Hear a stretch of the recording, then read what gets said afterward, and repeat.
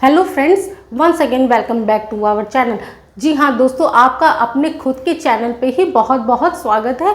यहाँ पे हम लोग क्या पढ़ रहे थे, एनसीईआरटी सीरीज़ बच्चों कंप्लीट कर रहे थे दोस्तों, और जिसमें हम लोगों ने क्लास 6-7 के NCERT we have completed. Okay, and we have started class 8 NCERT, जिसमें हम लोग अपना नया चैप्टर एक लिए थे, खुद के बारे में पढ़ रहे थे ना, अपनी ही बॉडी के बारे में पढ़ रहे थे। हमारी बॉडी किससे मिलके बनी है? सेल से मिलके बनी है। बहुत सारे सेल से मिलके हमारी बॉडी बनी हुई है, उसके बारे में हम लोग पढ़ रहे थे। तो हम लोगों ने देखा था कि सेल क्या होता है बच्चों, इसको किसने ढूंढा है, और इसका शेप, साइज, स्ट्रक्चर पढ़ चुके थे। अब इसमें आगे हम लोगों को क्या कंटिन्यू करना है? फंक्शन। इसका फंक्शन क्या है, सेल के पार्ट्स क्या हैं और कौन कौन से पार्ट्स हैं।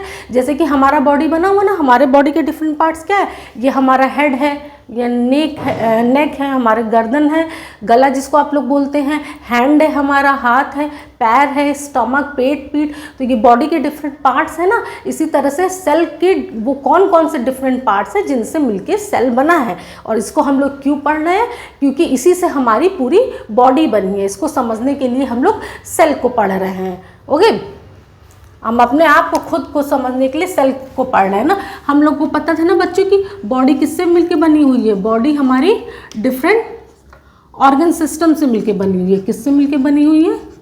ऑर्गन सिस्टम से। ओके, ऑर्गन सिस्टम आप लोग समझ रहे हैं, जैसे digestive system, respiratory system, excretory system, different, जिसमें डाइजेशन का प्रोसेस हो रहा है, आपका सांस लेने का प्रोसेस हो रहा है, रेस्पिरेशन का, भोजन जो आप लोग ले रहे हैं वो पच रहा है, पूरा डाइजेशन का प्रोसेस हो रहा है, ठीक है, एक्सक्रीशन का प्रोसेस हो रहा है। तो ऑर्गन सिस्टम किससे मिलकर बना होता है बच्चों? ऑर्गन सिस्टम बहुत सारे ऑर्गन से मिलकर बना होता है। जैसे आप देखिए कि एक्सक्रीटरी सिस्टम क्या है, उत्सर्जन तंत्र क्या है, आप लोगों ने पहली क्लास में थोड़ा सा पढ़ रखा है। इसमें कौन कौन से ऑर्गन, इसमें क्या होता है? ब्लड का आपका फिल्ट्रेशन होता है, जिसमें से इम्प्योरिटीज आपकी बाहर निकलती है, यूरिन के रूप में बाहर निकल जाती है। जो वेस्ट प्रोडक्ट आपका रहता है वो बाहर निकल जाता है।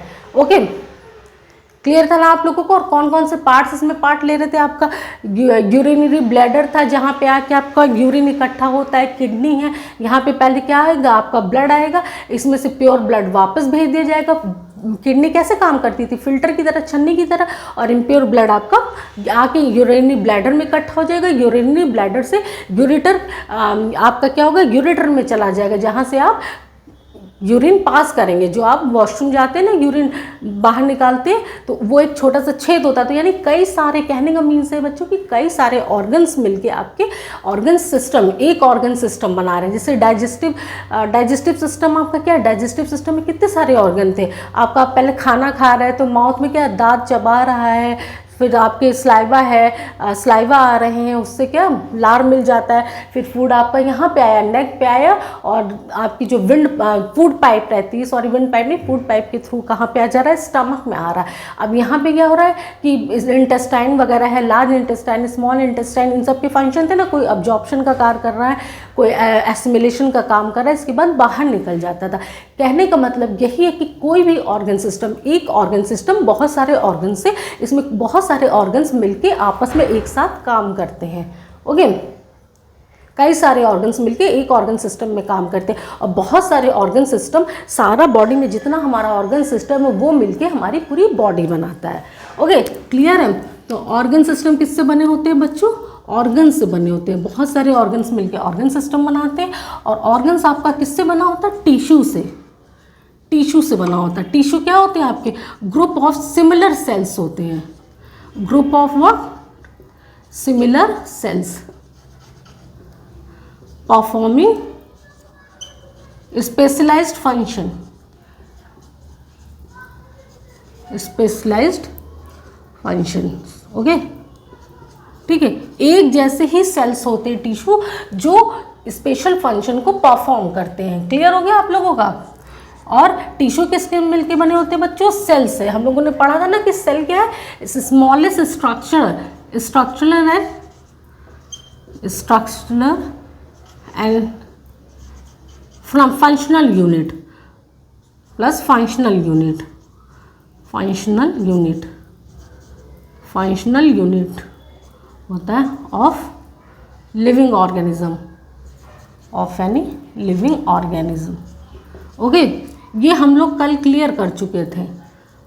ऑर्गेनिज्म, ठीक है, सेल ही आपका सबसे छोटा संरचनात्मक और क्रियात्मक इकाई था किसी भी लिविंग ऑर्गेनिज्म, चाहे वो प्लांट हो चाहे एनिमल हो, किसी का भी, चाहे ह्यूमन बींग्स हम लोग हो, किसी का भी सबसे छोटा संरचनात्मक और क्रियात्मक इकाई आपका क्या था, सेल था। और इसी सेल के बारे में बच्चों हम लोग पढ़ रहे हैं। क्यों पढ़ रहे हैं? अपनी इस बॉडी को समझने के लिए कि ये पूरा बॉडी हमारा कैसे काम करता है, कैसे हम लोग खुद क्या है, किससे मिल के बने हैं, अपने बारे में जानने के लिए हम लोग सेल को पढ़ रहे थे।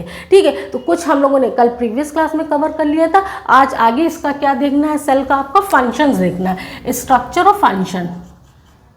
ठीक है, स्ट्रक्चर प्लस फंक्शन। इसके और कौन कौन से पार्ट्स हैं, सेल में कौन कौन से पार्ट्स होते हैं, जैसे हमारी बॉडी में पार्ट्स बताए ना हम लोगों ने, हेड है, नेक है, आपका स्टमक है, हैंड है, लेग है, ये सब बॉडी के पार्ट्स हैं। इसी तरह सेल के कितने पार्ट्स होते हैं बच्चे देखिए, सेल के 3 मेन पार्ट्स होते हैं। कौन कौन से 3 मेन पार्ट्स होते हैं? कौन कौन से पार्ट्स होते हैं वो बच्चों देखिए, पहला आपका होता है cell membrane, cell membrane. Okay, दूसरा पार्ट आप लोगों का क्या होता है बच्चों, सेल मेम्ब्रेन पहला पार्ट हो गया। दूसरा आप लोगों का होता है साइटोप्लाज्म, साइटोप्लाज्म स्पेलिंग आप देखिए CYTO, साइटोप्लाज्म। एंड तीसरा आपका क्या होता है, nucleus, okay, cell membrane, cytoplasm, nucleus. Nucleus को हिंदी में केंद्रक बोलते हैं, साइटोप्लाज्म को कोशिका द्रव बोलते हैं। ओके, और सेल मेम्ब्रेन को कोशिका आपकी झिल्ली बोलते हैं। ठीक है, सेल मेम्ब्रेन को एक और चीज़ बोलते हैं, आपका क्या बोलते हैं, प्लाज्मा मेम्ब्रेन भी बोलते हैं। ओके, ये टर्म्स आप रखिएगा माइंड में। ओके, अब हम सबसे पहले पढ़ते हैं बच्चों, समझ में आया आपको कि सेल के क्या पार्ट होते हैं। बॉडी के जिस तरीके से इतने पार्ट्स होते हैं ना, तो सेल के क्या पार्ट होते हैं, 3 मेन पार्ट होता है, जो कि आपके NCERT क्लास 8 में मेंशन है। 3 मेन पार्ट सेल के आपके क्या है, पहला सेल मेम्ब्रेन है, दूसरा आपका साइटोप्लाज्म है, एंड तीसरा आपका क्या है, न्यूक्लियस है, केंद्रक है। ओके, तो पहला पार्ट हम लोग स्टार्ट करते हैं बच्चों, सेल मेम्ब्रेन या प्लाज्मा मेम्ब्रेन। फर्स्ट पार्ट आपका यहाँ से स्टार्ट कर दीजिए, सेल मेम्ब्रेन और प्लाज्मा मेम्ब्रेन। ओके, ठीक है, सेल मेम्ब्रेन को ही और क्या हम लोग कहते हैं, प्लाज्मा मेम्ब्रेन कहते हैं। दूसरा नाम इसका क्या है बच्चों, प्लाज्मा मेम्ब्रेन। क्लियर है? अब आप बोलिए कि मैम ये सेल मेम्ब्रेन होता क्या है। ठीक है, देखिए एक आप डायग्राम देख लीजिए यहाँ पे रफली समझने के लिए। ये सेल है, ठीक है, कोई सेल है, एक सेल हमने लिया। ठीक है, अब यहाँ पे ये जो है इसकी आउटर कवरिंग देख रहे हैं आप, आउटर कवरिंग एक आउटर लेयर है। ओके, इसको हम लोग क्या कहते हैं, सेल मेम्ब्रेन कहते हैं बच्चों। क्या कहते हैं, सेल मेम्ब्रेन कहते हैं। ओके, ठीक है, ये सेल मेम्ब्रेन कहलाती है। तो आपका सेल मेम्ब्रेन क्या हुआ, cell membrane outer thin layer होती है, पतली होती है बच्चों, ये मोटी नहीं होती है। कैसी होती है, ये पतली होती है। ये थोड़ा सा बन गया है मोटा, लेकिन ये बहुत पतली होती है। आउटर थिन लेयर, पतली झिल्ली होती है। ओके, जो क्या काम करती है, आउटर थिन लेयर होती है, और ये कैसी होती है, पोरस होती है बच्चों। पोरस मीन्स इसमें छेद होते हैं। छन्नी आप लोगों ने देखा है ना, छन्नी का काम क्या है, छन्नी में कोई भी चीज़ आप डालिए तो वो छन जाती है। ओके, छन के फिर जाती है। चाय छानते हैं, दूध में मलाई वगैरह रहता है तो उसको हम छान लेते, कोई भी चीज़ छानते हैं ना लिक्विड को, तो ये भी क्या होती है, पोरस होती है। उसी तरह इसमें छिद्र युक्त होती है, छोटे छोटे से छेद होते हैं। ओके, सेल मेम्ब्रेन आपकी आउटर थिन लेयर होती है, जो चारों तरफ से सेल को सराउंड की रहती है। क्या करती है बच्चों, सेल को सराउंड करती है। आउटर थिन लेयर होती है, पोरस होती है, विच सराउंड सेल, विच सराउंड सेल। ओके, चारों तरफ से सेल को घेरी रहती है। और ये क्या करती है, इट डिफ्रेंशिएट, इसका काम क्या है, देखिए फंक्शन देखिए, ये तो आपने स्ट्रक्चर देख लिया, फंक्शन। अब काम ये क्या करती है, इट डिफ्रेंशिएट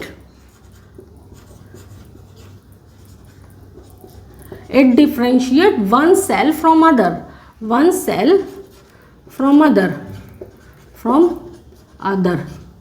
एक सेल को दूसरे से ये डिफ्रेंशिएट करती है। जैसे एक सेल है, ये आपका सेल मेम्ब्रेन बना हुआ है, अब दूसरा सेल आपका क्या, मान लीजिए यहाँ पे आपका ये 2 सेल है, ठीक है, ये एक सेल हो गया, ये आपका दूसरा सेल है, ये चारों तरफ आपकी क्या है, ये चारों तरफ आपकी सेल मेम्ब्रेन है, इसके भी चारों तरफ आपके सेल मेम्ब्रेन है।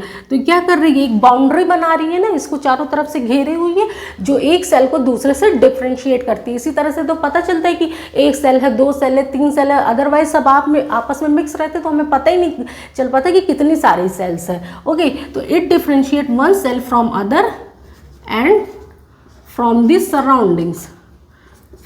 सराउंडिंग्स, और अपने सराउंडिंग से भी डिफ्रेंशिएट करती है। एक को दूसरे से तो कर रही है, और सराउंडिंग्स आसपास के चारों तरफ से भी डिफ्रेंशिएट करती है। कैसे डिफ्रेंशिएट करती है बच्चों, क्या है कि आप सब लोगों को पता नहीं कि हमारे ह्यूमन बॉडी में क्या होता है कि ज़्यादा से ज़्यादा वाटर पाया जाता है, जल पाया जाता है, इसी में सारे हमारे ऑर्गन्स जो हैं वो प्रेजेंट रहते हैं, तैरते हुए ऐसे पाए जाते हैं। ओके, प्रेजेंट रहते। तो ये सेल मेम्ब्रेन क्या करती है, ये एक सेल को दूसरे से डिफ्रेंशिएट करती है और सराउंडिंग से भी डिफ्रेंशिएट करती है। ओके, ये आपका फंक्शन क्लियर हो गया। दूसरा ये पोरस होती है, पोरस मीन्स कि छन्नी जैसा काम करती है, तो इससे ये क्या करती है, अलाउ, दूसरा काम क्या करती है, ये अलाउ मूवमेंट ऑफ किस चीज़ का movement, allow movement of substances from substances को from inward to outward both, ठीक है। ये क्या करती है, सब्सटेंसेस वो का मूवमेंट अलाउ करती है इनवर्ड टू आउटवर्ड, मीन्स बाहर से सराउंडिंग से कोई भी सब्सटेंस है वो सेल के अंदर आ सकता है और अंदर से बाहर जा सकता है, दोनों तरह से अलाउ करती है। ये आपका सेल है, सेल के बाहर से कोई भी, ये सेल है आपका, ये सेल के बाहर वाटर वगैरह है ना, तो कोई भी सब्सटेंस आपका सेल के अंदर से यहाँ पे जा सकता है और यहाँ से अंदर आ सकता है, छन के जो जाने लायक होगा वही जाएगा, सारे सब्सटेंस नहीं चले जाएंगे। ओके, क्लियर हो गया आप लोगों को बच्चों कि आपका सेल मेम्ब्रेन क्या होता है। ये आउटर थिन लेयर होती है, चारों तरफ ये सेल को चारों तरफ से घेरने वाली पतली झिल्ली होती है, जो पोरस होती है, एकदम पतली झिल्ली होती है, लेयर होती है, पोरस होती है। और क्यों पोरस होती है, क्योंकि ये अलाउ करती है, क्या अलाउ करती है, अलाउ करती है जो भी सब्सटेंस बाहर से अंदर, सेल के बाहर से अंदर चल आ सकता है और अंदर से बाहर जा सकता है, इसलिए पोरस होती है, छन्नी जैसा काम करती है। ओके, और ये चारों तरफ से घेरी रहती है, चारों तरफ से घेरी रहती है तो क्या करती है, एक शेप प्रोवाइड करती है ना, जिस तरह से ये आपको सेल को घेरी हुई है, कवर की हुई है, तो ये सेल को क्या करती है, शेप प्रोवाइड करती है। Outer thin layer which surround cell को सराउंड करती है, प्रोवाइड शेप प्रोवाइड करती है। ओके, और ये क्या करती है, इसका क्या काम है, एक सेल को दूसरे सेल से डिफ्रेंशिएट करना, अलग करती है, चारों तरफ से घेर के उसको शेप प्रोवाइड करती है और एक को दूसरे से डिफ्रेंशिएट करती है, अपने सराउंडिंग से भी डिफ्रेंशिएट करती है, जो बाहर का सराउंडिंग है उससे भी अलग करती है, और ये किसी भी चीज़ को बाहर से सराउंडिंग से अंदर, अंदर से बाहर जाने देती है। क्लियर हो गया आप लोगों को कि सेल मेम्ब्रेन क्या होता है, ठीक है बच्चों। अब देखिए एक चीज़ और, एक टर्म और है, कल हम लोग बोल रहे थे ना सेल वॉल, सेल वॉल हम लोग बोल रहे थे, तो सेल वॉल क्या है, वहाँ पे जो हम लोग बोल रहे थे सेल वॉल को बच्चों, वो सेल वॉल नहीं होगा, वो सेल मेम्ब्रेन होगा।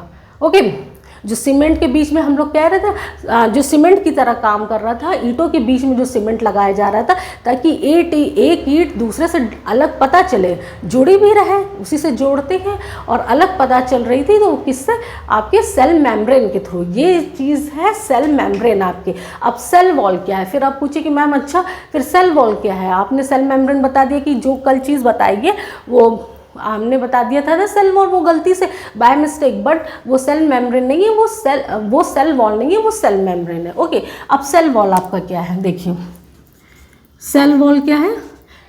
प्लांट्स में क्या होता है बच्चों, पौधों में एक और थिक लेयर पाई जाती है और एक आउटर थिक लेयर पाई जाती है। कैसी, थिन लेयर होती है, थिक लेयर पाई जाती है, मीन्स सेल मेम्ब्रेन तो होगी ही होगी, एक और आउटर थिक लेयर पाई जाती है, उसमें मोटी सी लेयर पाई जाती है। किस लिए पाई जाती है, प्रोटेक्शन के लिए पाई जाती है, सुरक्षा के लिए पाई जाती है। तो अब आप बोलिए कि मैम कैसे सुरक्षा, अगर सुरक्षा के लिए पाई जाती है तो एनिमल सेल में क्यों नहीं पाई जाती? इसलिए नहीं पाई जाती बच्चों, प्लांट्स क्या होते हैं ना कि एक जगह से दूसरी जगह पे नहीं जा सकते, जहाँ पे है वहीं पे रहेंगे। तो जब कभी मौसम आपका बहुत ठंडी हो जाती है, बहुत गर्मी हो जाती है, या फिर आंधी तूफान आ रहा है, बहुत ज़्यादा हवा चल रही है, या एटमॉस्फेयर में मॉइस्चर बहुत ज़्यादा है, तो उससे बचाव के लिए सेल मेम्ब्रेन के बाद इनमें एक सेल वॉल पाई जाती है, मोटी सी लेयर पाई जाती है जो पेड़ों की सुरक्षा करती है। जब भी बहुत गर्मी हो या बहुत ठंडी हो, बाहर का टेम्परेचर या बहुत हवा चल रही हो, बहुत हाई स्पीड से, या मॉइस्चर बहुत ज़्यादा हो, तो उससे सुरक्षा प्रोवाइड करती है। एनिमल्स में क्यों नहीं पाई जाती? क्योंकि एनिमल्स तो चले जाएंगे ना। ह्यूमन, आप लोगों ने पढ़ा था ना पिछली क्लास में, माइग्रेटरी बर्ड्स होती हैं जब कंडीशन अनफेवरेबल होती है, बहुत ठंडी बहुत गर्मी होती है, या फिर क्या होता है कि उनको अंडे देना रहता है, तो वो एक जगह से उड़ के दूसरी जगह पे चली जाती हैं, और फिर जब आपका मौसम सही होगा फिर इसके बाद वो वापस आ जाएंगे। ऐसे एनिमल्स भी चले जाते हैं जब उनको खतरा लगता है, जब मौसम सही नहीं रहता है, तो वो एक जगह से दूसरी जगह पे चले जाते हैं। लेकिन प्लांट्स नहीं जा पाते, तो इसलिए प्लांट में सेल वॉल पाई जाती है और एनिमल्स में नहीं पाई जाती है। ओके, सेल वॉल एक और आउटर लेयर होती है, आउटर थिक लेयर होती है। सेल मेम्ब्रेन आपकी थिन होती है, लेकिन सेल वॉल आपकी थिक होती है, जो प्रोटेक्शन का काम करती है प्लांट्स में। ओके, कब प्रोटेक्शन का काम करती है? जब आपका क्या होता है, वेरिएशन इन टेम्परेचर, जब टेम्परेचर में वेरिएशन होता है, बहुत ठंडी या बहुत गर्मी होती है बच्चों, या फिर आपका क्या होता है, atmospheric moisture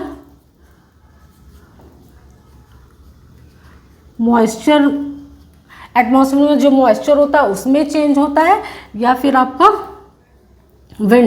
speed of wind, हवा की जो स्पीड होती है वो भी बहुत ज़्यादा हो जाती है, तो उसमें क्या होता है, ये उससे सुरक्षा प्रोवाइड करता है। तो यहाँ से आपका सेल मेम्ब्रेन एक पार्ट आप लोगों को क्लियर हो गया ना कि एक अंग क्या होता है प्लांट का, सेल का एक अंग क्या होता है, वो आप लोगों को क्लियर हो गया। अब हम लोग दूसरे पे आते हैं। सेल मेम्ब्रेन आप लोगों को क्लियर हो गया, सेल वॉल भी क्लियर हो गया। सेल वॉल सिर्फ एनिमल में पाया जाता है, प्रोटेक्शन का काम करता है। सेल वॉल सिर्फ आपका प्लांट में पाया जाता है, एनिमल में नहीं पाया जाता बच्चों, ये प्रोटेक्शन का काम करता है। ओके, क्यों प्लांट में पाया जाता है? क्योंकि प्लांट एक जगह से दूसरी जगह नहीं जा पाते हैं, और इसलिए इनको सुरक्षा प्रोवाइड करने के लिए इनमें सेल वॉल पाया जाता है। एनिमल तो चले जाते हैं। अब दूसरा इसमें क्या पाया जाता है बच्चों, देखिए दूसरा ऑर्गन हम लोगों ने क्या लिखा था, साइटोप्लाज्म। दूसरा पार्ट आपका क्या है, साइटोप्लाज्म। इसको कोशिका द्रव बोलते हैं, हिंदी में क्या बोलते हैं, कोशिका द्रव। ये सेकंड पार्ट है आपका। ओके, और बीच में यहाँ पे आपका न्यूक्लियस पाया जाता है। ये क्या है बच्चों, न्यूक्लियस, NUCLEUS, न्यूक्लियस। ओके, इसको केंद्रक बोला जाता है। ठीक है, न्यूक्लियस पाया जाता है। अब ये साइटोप्लाज्म क्या है, इसको हम लोगों को समझना है। ओके, कि साइटोप्लाज्म क्या होता है, आइए देखिए समझते हैं हम लोग इसको। अब यहाँ से रफ कर लीजिए। सेल मेम्ब्रेन तो हम लोग पढ़ लिए, क्या होता है सेल मेम्ब्रेन और सेल वॉल। ओके, जो कल हमने आप लोगों को बताया था सेल वॉल, वो सेल वॉल नहीं है, उसकी जगह पे सेल मेम्ब्रेन है। ओके, जो सेल को चारों तरफ से घेरी रहती है वो क्या होती है, सेल, और अलग अलग करती है एक सेल को दूसरे से, वो सेल मेम्ब्रेन होती है, सेल वॉल नहीं होती है। सेल वॉल सिर्फ आपके प्लांट सेल में पाई जाती है। ओके, ठीक है बच्चों। तो अब आइए साइटोप्लाज्म। अब साइटोप्लाज्म आपका क्या होता है, साइटोप्लाज्म देखिए यहाँ पे लिखिए साइटोप्लाज्म। ओके, साइटोप्लाज्म क्या होता है, ये जेली लाइक सब्सटेंस होता है। कैसा होता है, jelly like substance. Okay, jelly like substance, jelly वाली टॉफ़ी सब लोगों ने खाई ना, कि चिपचिपी सी होती है जेली वाली टॉफ़ी, जो मुंह में रखते तो क्या है, घुलने लगती है।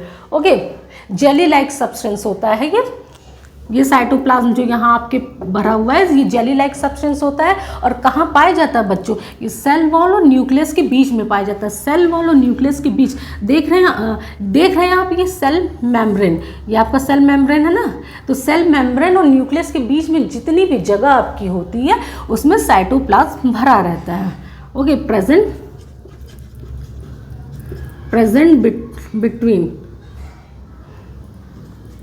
प्रेजेंट बिटवीन कहाँ पे पाया जाता है, cell membrane cell membrane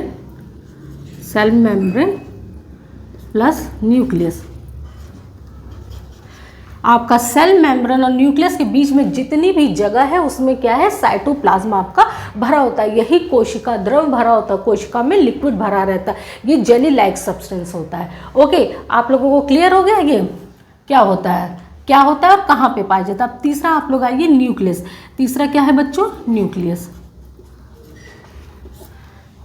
okay, पहला क्लियर हो गया। तो सेल मेम्ब्रेन हम लोग ने क्लियर कर लिया कि चारों तरफ जो आउटर लेयर आपकी पाई जाती है, आउटर थिन लेयर होती है, इसको ही हम लोग सेल मेम्ब्रेन कहते हैं। और चारों तरफ पाई जाती है तो ये सेल का क्या बना रही है, आपका शेप बना रही है और एक सेल को दूसरे से डिफ्रेंशिएट करती है, अलग करती है। घिरा रहता है तभी तो पता चलता है ये एक सेल है, ये दूसरा सेल है। और बाहर के जो आपका सराउंडिंग है उससे भी डिफ्रेंशिएट करती है। ओके, सेल मेम्ब्रेन डिफ्रेंशिएट करती है। ये पोरस होती है, क्यों, क्योंकि ये क्या करती है, जो अंदर का मटेरियल है वो छन छन के बाहर जा सकता है और बाहर से जो मटेरियल है वो छन के अंदर आ सकता है। ओके, और साइटोप्लाज्म आपका सेल मेम्ब्रेन और न्यूक्लियस के बीच में भरा हुआ जेली लाइक सब्सटेंस है। वो द्रव है जो जेली की तरह होता है, साइटोप्लाज्म और न्यूक्लियस के बीच में भरा रहता है। ठीक है बच्चों, अब तीसरा आइए न्यूक्लियस। न्यूक्लियस ये क्या है आपका, देखिए ये इम्पॉर्टेंट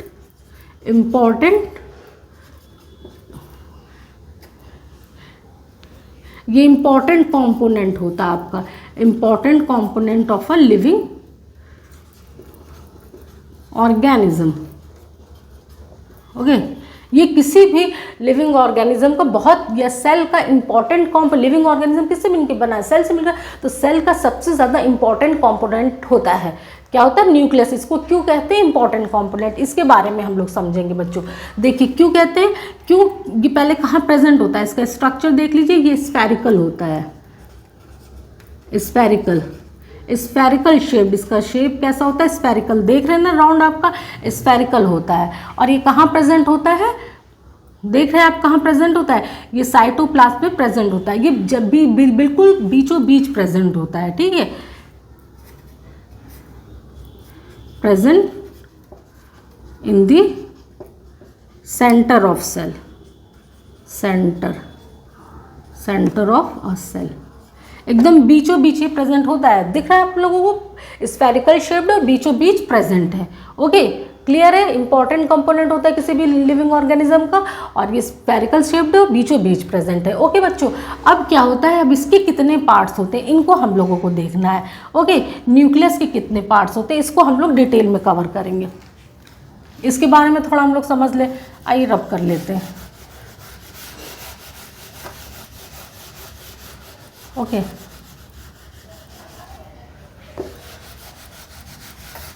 अब सिर्फ न्यूक्लियस के बारे में पढ़ते हैं। 2 पार्ट्स तो हम लोग ने पढ़ लिया न्यूक्लियस के बारे में, ठीक है। देखिए तीसरा पार्ट आपका क्या है, न्यूक्लियस। न्यूक्लियस के कितने पार्ट्स होते हैं बच्चों, न्यूक्लियस के, आप देखिए एक होता है न्यूक्लियर मेम्ब्रेन, लिख लीजिए, फिर आपको हम समझाते बहुत अच्छे से। न्यूक्लियर मेम्ब्रेन होता है, फिर इसके अंदर एक और पार्ट पाया जाता है आपका, रुकिए एक सेकंड,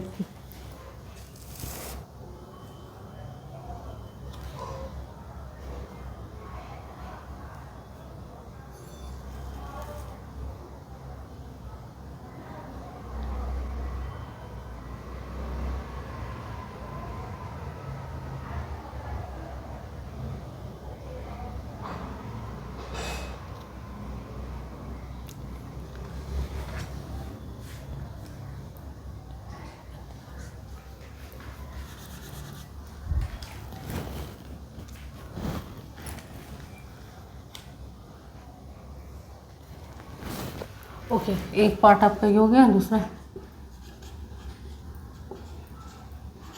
न्यूक्लियस, ठीक है। तीसरा आपका क्रोमोसोम्स, ठीक है। फोर्थ आपका जीन्स।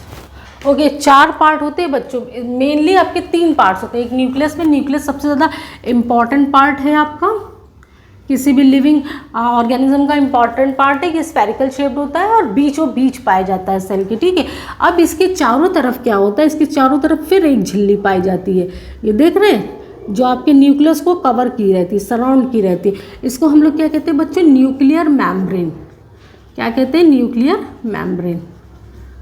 चारों तरफ एक झिल्ली पाई जाती है न्यूक्लियस के, जिसको हम लोग क्या कहते हैं, न्यूक्लियर मेम्ब्रेन। इसका क्या काम होता है बच्चों, ये क्या काम करती है, ये फिर क्या काम करती है, जिस तरह से सेल मेम्ब्रेन आपकी होती थी, एक सेल से दूसरे से डिफ्रेंशिएट कर रही थी ना, अलग कर रही थी, और बाहर के सराउंडिंग से भी अलग कर रही थी, इसी तरह से न्यूक्लियर मेम्ब्रेन का क्या काम है, ये साइटोप्लाज्म से न्यूक्लियस को अलग करता है। किससे अलग करता है, साइटोप्लाज्म से न्यूक्लियस को सेपरेट करता है। ये पूरा साइटोप्लाज्म भरा हुआ है ना, तो साइटोप्लाज्म में तो न्यूक्लियस प्रेजेंट है, और न्यूक्लियर मेम्ब्रेन का क्या काम है, ये साइटोप्लाज्म से आपके न्यूक्लियस को सेपरेट कर रहा है। ओके, दूसरा काम क्या है, ये भी पोरस होती है।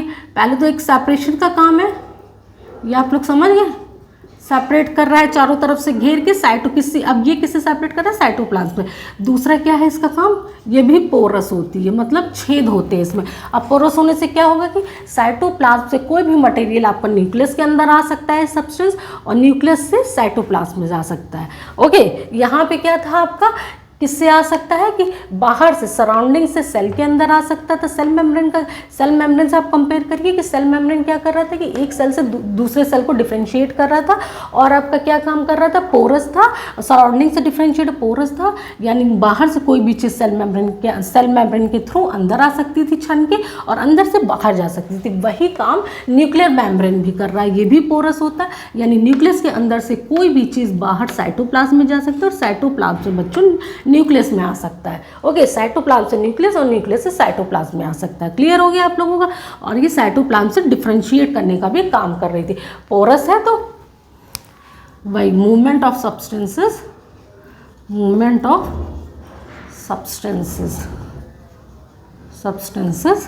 फ्रॉम किससे, cytoplasm to nucleus. Okay, cytoplasm से न्यूक्लियस, और न्यूक्लियस से साइटोप्लाज्म में।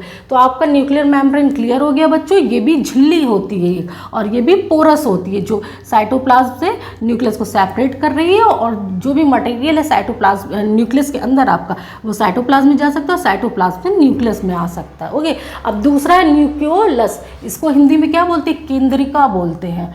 चाहे तो आप लिख लीजिए केंद्रिका। कुछ जो वर्ड्स हैं उनकी हिंदी भी बताते चल रहे हैं।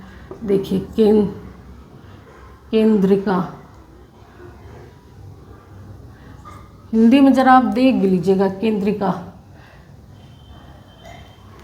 कैसे लिखते हैं। ओके, इसको आप लोग कंफर्म कर लीजिएगा, हिंदी का टर्म। ओके, ठीक है। न्यूक्लियोलस को केंद्रिका भी बोलते हैं बच्चों। अब न्यूक्लियोलस होता है, ये क्या होता है, ये न्यूक्लियस के अंदर प्रेजेंट होता है। ये भी क्या होता है, स्फेरिकल। ये यहाँ पे स्मॉलर स्फेरिकल बॉडी, ये भी स्फेरिकल होता है, जो न्यूक्लियस के अंदर प्रेजेंट होता है। न्यूक्लियस के अंदर एक और छोटा सा गोल सा स्ट्रक्चर प्रेजेंट होता है, ये बॉडी प्रेजेंट होता है, ये पार्ट प्रेजेंट होता है, जिसको हम लोग क्या बोलते हैं, न्यूक्लियोलस बोलते हैं, यानी केंद्रिका बोलते हैं। ओके, क्लियर हो गया बच्चों आप लोगों का ये। अब हम लोगों को किस पे आना है, क्रोमोजोम पे। तीसरा पार्ट हमारा क्रोमोजोम है। अब देखिए, न्यूक्लियस में क्या होता है, कुछ धागे जैसी संरचना आपकी दिखाई पड़ती है। ये धागा है ना, ये आपकी धागे जैसी संरचना आपको दिखाई पड़ रही है। ओके, ये क्या है बच्चों, thread like structure. Thread, this is our. Okay, thread like structure, thread like structure, इसको हम लोग क्या बोलते हैं, थ्रेड लाइक स्ट्रक्चर। इसी को हम लोग बोलते हैं बच्चों क्रोमोजोम्स। क्या बोलते हैं, क्रोमोजोम्स। न्यूक्लियस के अंदर कुछ थ्रेड लाइक स्ट्रक्चर दिखाई देते हैं, जिसको हम लोग क्रोमोजोम्स बोलते हैं। क्रोमोजोम्स मीन्स गुणसूत्र, हिंदी में गुणसूत्र बोलते हैं। ओके, क्रोमोजोम्स को गुणसूत्र बोलते हैं। और इनमें ही बच्चों क्या होते हैं, जीन्स प्रेजेंट होते हैं। ओके, क्या प्रेजेंट होते हैं, जीन्स प्रेजेंट होते हैं। क्रोमोजोम्स में ही जीन्स प्रेजेंट होते हैं, गुणसूत्र ये प्रेजेंट होते हैं। ओके, क्लियर हो गया आप लोगों का। क्रोमोसोम्स क्या होते हैं, थ्रेड लाइक स्ट्रक्चर होते हैं, जो न्यूक्लियस के अंदर प्रेजेंट पाए जाते हैं। कुछ धागे नुमा संरचना होती है, जिनको हम लोग क्रोमोसोम्स बोलते हैं। इन्हीं क्रोमोसोम्स पे जीन्स प्रेजेंट होते हैं बच्चों। जीन्स का क्या काम होता है, जीन्स आपके क्या काम करते हैं, यही ट्रांसफर, ये ट्रांसफर और इनहेरिटेंस का काम करते हैं। किस चीज़ का ट्रांसफर और इनहेरिटेंस करते हैं, inheritance of characters, characters from parents to offspring. Offspring मतलब बच्चों से, बच्चों के पास। ओके, अब आप देखिए, इसको समझिए जीन का काम क्या है। जैसे कि क्या होता है कि बच्चे अपने माँ बाप से क्यों मिलते जुलते हैं, दादा दादी के कैरेक्टर हमारे बच्चों में कैसे चले आते हैं। आप ये सोचते हैं ना कि अगर किसी के पेरेंट्स का होता है ना जेनेटिकली, कि बोलते हैं कि डॉक्टर्स भी आपसे पूछते हैं कि कहीं आपके मतलब पेरेंट्स को भी तो ये प्रॉब्लम नहीं है, ये जेनेटिक आप में तो नहीं चला आ रहा है। जिनके फादर के या मदर की आंख का कलर ब्राउन होगा, रेटिना का कलर ब्राउन होगा, बच्चों के भी नहीं देखते कि आंख का कलर ब्राउन हो जाता है। ओके, बाल अगर लंबे हैं काले हैं तो बाल लंबे और काले होंगे, और रेड हैं तो रेडिश होंगे। मीन्स कि कैरेक्टर एक पीढ़ी से दूसरी पीढ़ी में ट्रांसफर होता है इन्हीं जीन्स के माध्यम से। और जीन्स कहाँ पे प्रेजेंट होते हैं, क्रोमोसोम्स में। क्रोमोसोम्स आपके कहाँ होते हैं, न्यूक्लियस में प्रेजेंट होते हैं। ओके बच्चों, ये आप लोगों का क्लियर है।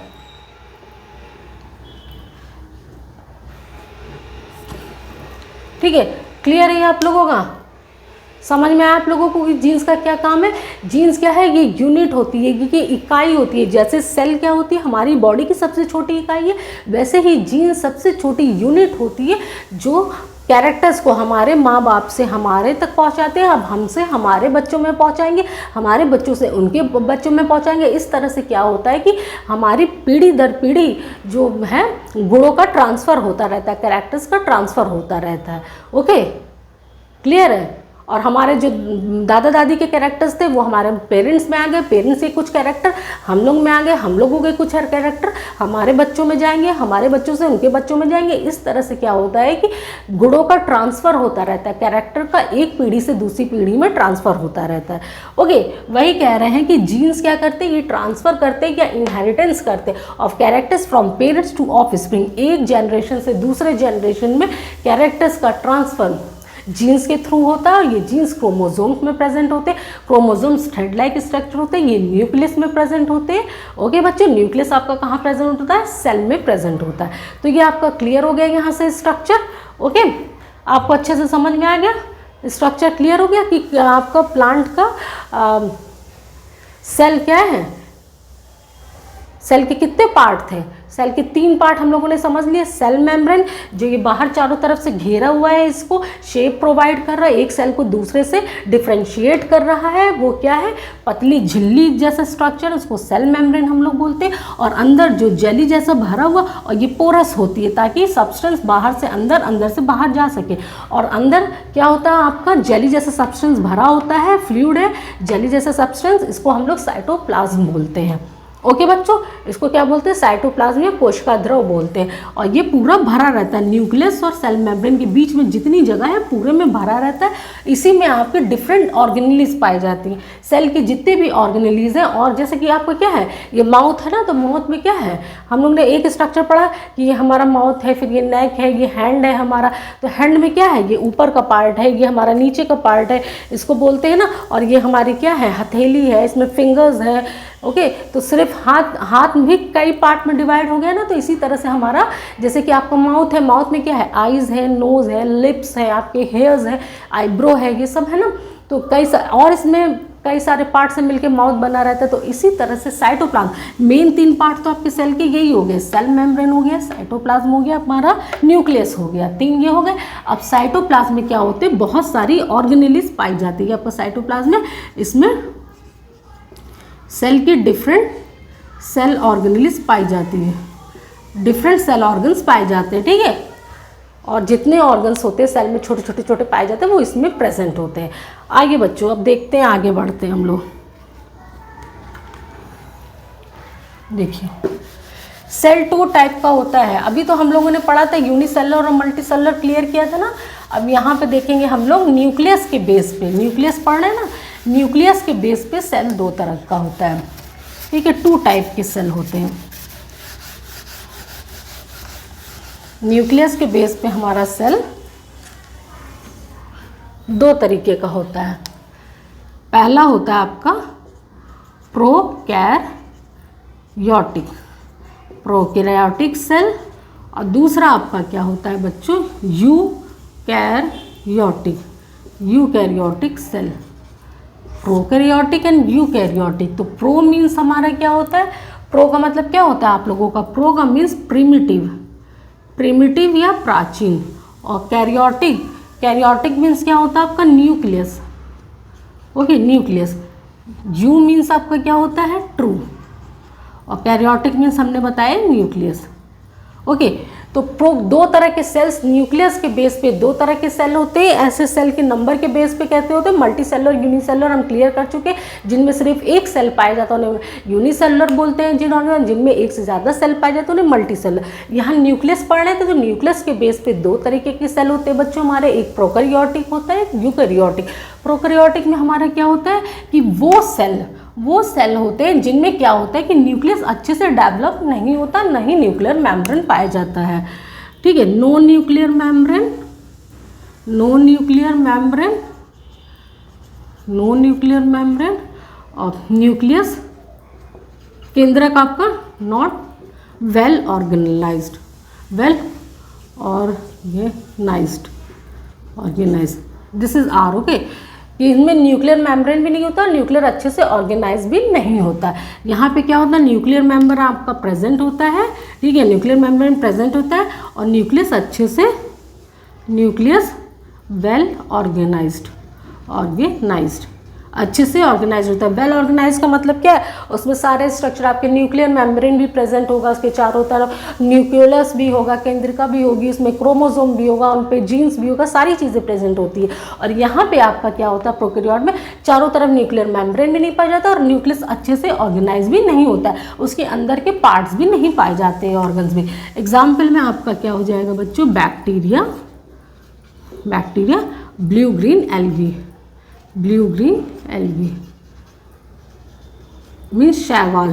ठीक है, बैक्टीरिया, जीवाणु और ब्लू ग्रीन एल्गी में आपके प्रोकैरियोट न्यूक्लियस पाए जाता है। इनको प्रोकैरियोटिक सेल बोलते हैं। क्यों? क्योंकि इनके न्यूक्लियस के चारों तरफ न्यूक्लियर मेम्ब्रेन नहीं पाया जाता और न्यूक्लियस अच्छे से डेवलप भी नहीं होता है। ठीक है, डेवलप नहीं होता है, ऑर्गेनाइज या डेवलप आप लोग लिख लीजिए, पूरी तरह से डेवलप नहीं होता, DVLOP, ओके, डेवलप नहीं होता। और यूकैरियोट पे सारे मल्टी सेलुलर ऑर्गेनिज्म आ जाएंगे, multi cellular organism, okay, organisms. इनमें क्या होता है? चारों तरफ न्यूक्लियर मेम्ब्रेन पाया जाता है और न्यूक्लियस भी अच्छे से आपका क्या होता है इसमें? वेल डेवलप्ड होता है। क्लियर हो गया बच्चों? अब देखिए, अब हम लोगों ने पढ़ा था ना कि साइटोप्लाज्म में क्या है? कुछ और ऑर्गेनेलीज आपकी पाई जाती है। तो यहाँ पे जो आपके NCERT क्लास 8 में मेंशन है उन ऑर्गेनेलीज को हम लोग देखेंगे। देखिए क्या होता है कि एक आपका है वैक्यूल, जिसको रिक्तिका हिंदी में बोलते हैं। एक ऑर्गन वैक्यूल है जिसको रिक्तिका बोलते हैं। ये क्या होते हैं बच्चों? ये आपके ब्लैंक स्पेसेस होते हैं, ब्लैंक स्पेसेस होते हैं प्रेजेंट इन साइटोप्लाज्म। साइटोप्लाज्म में पाए, हमने बताया था ना कि साइटोप्लाज्म में कुछ सेल ऑर्गेनेलीज भी पाई जाती है। जैसे हमारे माउथ पे क्या है? नोज़ है, ईयर है, लिप्स है, आपके आई, ये सब पाया जाता है। माउथ पे और ऑर्गन्स पाए जा रहे हैं, छोटे छोटे इसके और पार्ट्स हैं। इसी तरह से सेल के पार्ट्स तो आपके साइटोप्लाज्म, न्यूक्लियस और सेल मेम्ब्रेन हो चुके हैं। अब साइटोप्लाज्म में भी और ऑर्गेनेलीज आपके पाए जाते हैं, उनमें से एक आपका वैक्यूल है।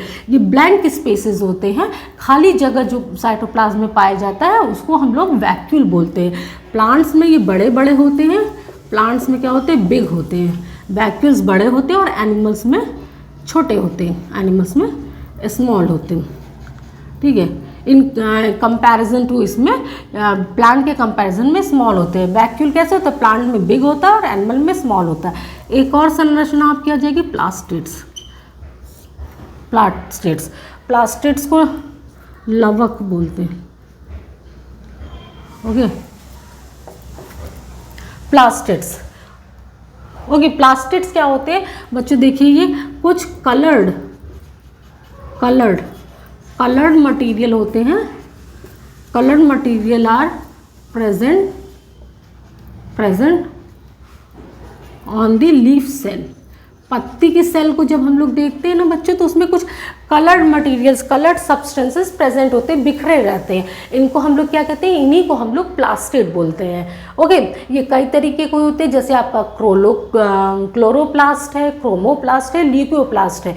ये कलर्ड होते हैं, ये रंग प्रोवाइड करते हैं। जैसे कि आपका क्या, पत्तियों का कलर हरा कैसे होता है, ग्रीन कलर कैसे होता है लीफ का आपका, क्यों, क्योंकि उसमें क्लोरोफिल पिगमेंट पाया जाता है। क्लोरोफिल पिगमेंट की वजह से हम लोग पढ़े रहते हैं ना कि क्लोरोफिल पिगमेंट से ग्रीन कलर मिलता है आपको, ठीक है। ग्रीन कलर मिलता है। ग्रीन कलर मिलने की वजह से आपका क्या होता था, लीफ का कलर हरा होता था, जिसकी वजह से आपको फोटोसिंथेसिस का प्रोसेस में हेल्प करता है क्लोरोफिल। ओके, ये किसकी वजह से होता है, ये क्लोरोप्लास्ट पिगमेंट की वजह से। ओके, क्लोरोफिल ग्रीन कलर कैसे प्रोवाइड कर रहा था, क्लोरोप्लास्ट पिगमेंट जो होता है वो उसको ग्रीन कलर प्रोवाइड करता है। ऐसे टमाटर में आपका क्या होता है, ल्यूकोप्लास्ट होता है, जिसकी वजह से टमाटर का कलर आपका रेड होता है।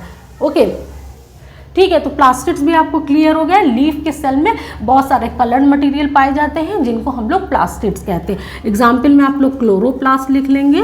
क्लोरोप्लास्ट ये क्या होता है, ग्रीन पिगमेंट होता है, ग्रीन पिगमेंट,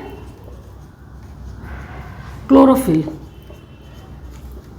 इसमें क्लोरोप्लास्ट में क्या होता है, आपका क्लोरोफिल प्रेजेंट होता है, जो ग्रीन पिगमेंट होता है, जो लीव्स को ग्रीन कलर प्रोवाइड करता है और फोटोसिंथेसिस में हेल्प करता है, आपके फोटोसिंथेसिस में हेल्प करता है, ठीक है। फोटोसिंथेसिस में हेल्प करता है लीव्स का ग्रीन कलर। क्लियर हो गया आप लोगों को। क्लोरोप्लास्ट में ग्रीन पिगमेंट क्लोरोफिल होता है, ये लीफ को ग्रीन कलर प्रोवाइड करता है, लीफ में प्रेजेंट होता है, फोटोसिंथेसिस के प्रोसेस में हेल्प करता है। फोटोसिंथेसिस का प्रोसेस क्या है, जिसके थ्रू फूड बनता है, खाना बनता है। हम पेड़ हमारे क्या करते हैं, भोजन बनाते हैं। इसको हम लोग प्रीवियस क्लास में भी बच्चों डिस्कस कर चुके हैं। ओके, और आपका ल्यूकोप्लास्ट टोमेटो में होता है, जिससे आपका रेड कलर होता है, जो रेड कलर प्रोवाइड करता है। ओके बच्चों, तो ये चैप्टर हम लोगों का यहाँ पे फिनिश हो गया। अच्छा, अब आपसे कोई पूछे कि प्लांट और एनिमल सेल में क्या डिफरेंस है, तो कुछ डिफरेंसेस आप बता सकते हैं ना। कि पहला हम लोगों ने देखा कि प्लांट सेल में क्या होता है, आपके प्लांट सेल में सेल वॉल पाया जाता है चारों तरफ, किस लिए, प्रोटेक्शन के लिए। एनिमल सेल में नहीं पाया जाता, क्योंकि प्लांट अपना प्रोटेक्शन खुद नहीं कर सकते। ये जब भी मौसम चेंज होगा, बहुत ठंडी है, बहुत गर्मी है, तेज हवा चल रही है, तो ये अपने आप को प्रोटेक्ट नहीं कर पाते, ये बहुत मॉइस्चर है। तो इसके लिए एक मोटी सी लेयर पाई जाती है सेल मेम्ब्रेन के बाद, जिसको कि हम लोग क्या बोलते हैं, सेल वॉल बोलते हैं बच्चों, ठीक है। ये प्लांट सेल को प्रोटेक्ट करती है। और एनिमल तो अपना चले जाते हैं जब भी मौसम चेंज होगा या उनको खतरा वगैरह लगता है। तो एक सेल वॉल डिफरेंस हो गया। दूसरा डिफरेंस आपका क्या हुआ, ठीक है, एक आपका सेल वॉल का डिफरेंस था। दूसरा डिफरेंस क्या हुआ, आपने वैक्यूल अभी पढ़ा है यहाँ पे, रिक्तिका। ये क्या होती है, प्लांट सेल में छोटी होती है और एनिमल सेल में बड़ी, प्लांट में ये बड़ी होती है और एनिमल में छोटी होती है in comparison to plant cell. Okay, तो ये आप लोगों को डिफरेंस क्लियर है, यहाँ से क्लियर हो गया। 2 पॉइंट हम लोगों ने पढ़ा, एनिमल और प्लांट सेल में क्या डिफरेंस है। आज के लिए बस इतना ही बच्चों, यहाँ पे ये चैप्टर हमारा फिनिश हुआ। हम लोग समझ चुके हैं इस चैप्टर में कि सेल क्या होता है, क्यों सेल, चैप्टर का नाम आपका क्या है, cell structure and function. Cell का स्ट्रक्चर क्या है और फंक्शन क्या है। इस चैप्टर को हम लोग ने क्यों पढ़ा, खुद को समझने के लिए पढ़ा कि हमारी ये बॉडी ये कैसे बनी है बच्चों, ये सेल से मिलके बनी है। बॉडी क्या है, बहुत सारे ऑर्गन सिस्टम से बना, ऑर्गन सिस्टम आपका ऑर्गन से बना, ऑर्गन टिश्यूज से बना, टिश्यूज आपकी सेल से बनी। सेल सबसे छोटी इकाई है, इसलिए हम लोगों ने सेल को समझा कि आखिर ये सेल कैसे बना है, ये कैसे काम करता है। ओके, और आगे फर्दर बड़े क्लासेस में और डिटेल में हम इसको समझेंगे, एक एक इसके जो भी ऑर्गन्स है उसको और क्लियर करके समझेंगे कि हमारा ये पूरा बॉडी कैसे वर्क कर रहा है। ओके, हम कैसे सरवाइव कर रहे हैं, हम कैसे काम कर रहे हैं, हमारा body parts, various body parts कैसे काम कर रहा है। ओके बच्चों, इसको हम लोग अच्छे से समझेंगे। अभी के लिए आप लोगों ने इतना समझ लिया कि हमारी बॉडी किससे मिलके बनी हुई है, सेल से मिलके बनी हुई है। बहुत सारे सेल से मिलके बनी हुई, जो छोटे छोटे ऑर्गेनिज्म होते हैं 1 सेल्ड होते हैं, उनमें सिर्फ 1 सेल पाया जाता है, और जो बड़े ऑर्गेनिज्म होते हैं उनमें 1 से ज़्यादा बहुत सेल पाए जाते हैं, मल्टी सेलुलर होते हैं। और फिर इनका पार्ट्स भी हम लोगों ने देख लिया, 3 पार्ट से मिलके बना होता है। पहला सेल मेम्ब्रेन है, दूसरा आपका साइटोप्लाज्म, तीसरा न्यूक्लियस है। ओके।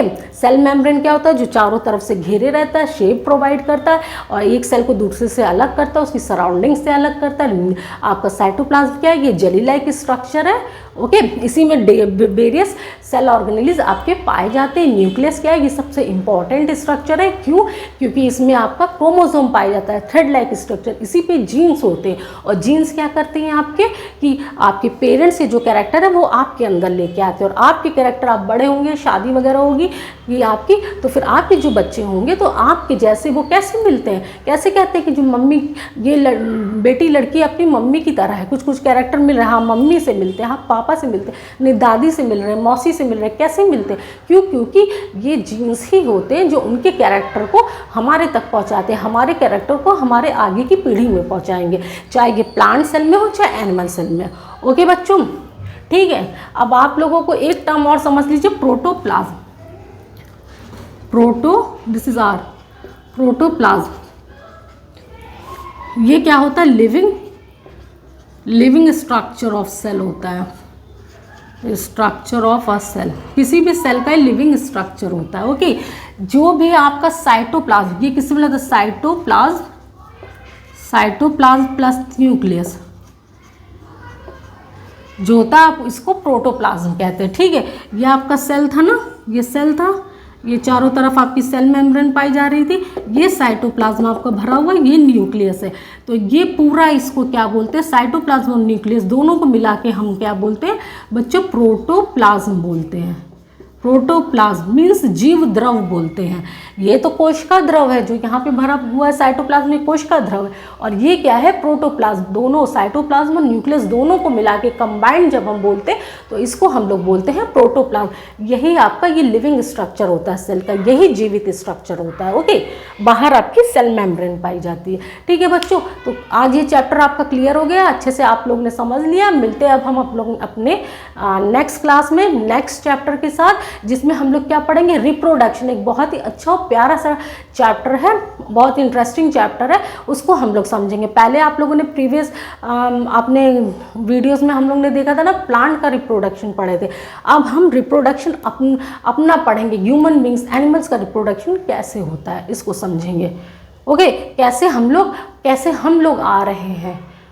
ओके, कैसे पेरेंट्स से ऑफस्प्रिंग उनके आते, एक जनरेशन से दूसरी जनरेशन कैसे बन रहा है। तो रिप्रोडक्शन को हम लोग अच्छे से समझेंगे अपने नेक्स्ट क्लास में, और नेक्स्ट वीडियो के साथ अब मिलते हैं। ये चैप्टर आपका यहीं पे पूरा अच्छी तरह से कंप्लीट होगा। Okay friends, thank you.